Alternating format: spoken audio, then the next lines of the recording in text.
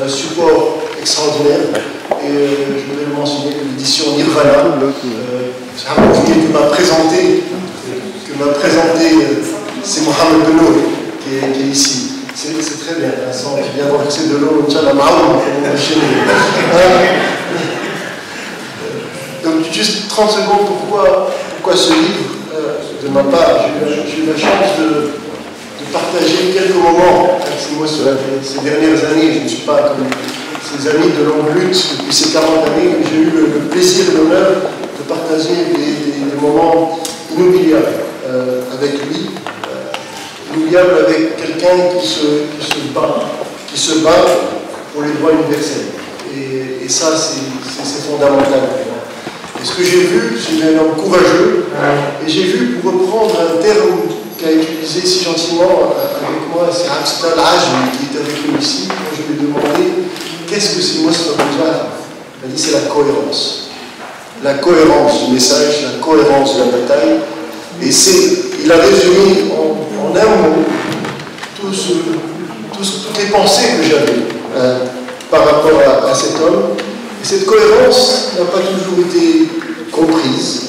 Et parfois j'entendais, ces 4 dernières années, c'était ça que j'ai vu, je n'ai pas vécu les 40 années avant avec lui, parfois les gens disent qu'il a pris une décision ici courageuse, ici c'était une bonne décision, comme si c'était le fruit du hasard. Ces décisions-là, ce n'était pas le fruit du hasard.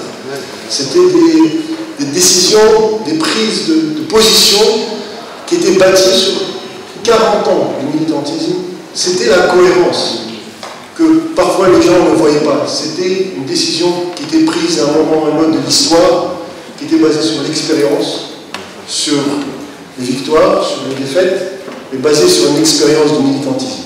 Et c'est ça que je voulais, que je tenais à faire savoir à tout le monde. Et je pensais qu'il était important, dans nos discussions avec mon ami Vincent Gesser, discuter sur comment maintenir la mémoire de l'histoire, la mémoire de ce qui s'est passé aujourd'hui, la petite que j'ai vécue, et toute l'histoire de bataille qu'a vécu ces Mosfat.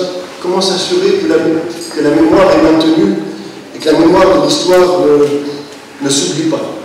Et on a pensé à faire ce livre d'entretien qui dépasse, je sais qu'aujourd'hui on est en campagne, mais vraiment ce livre dépasse la campagne électorale, dépasse les campagnes. C'est un livre pour l'histoire, pour marquer l'histoire, pour la mémoire de l'histoire.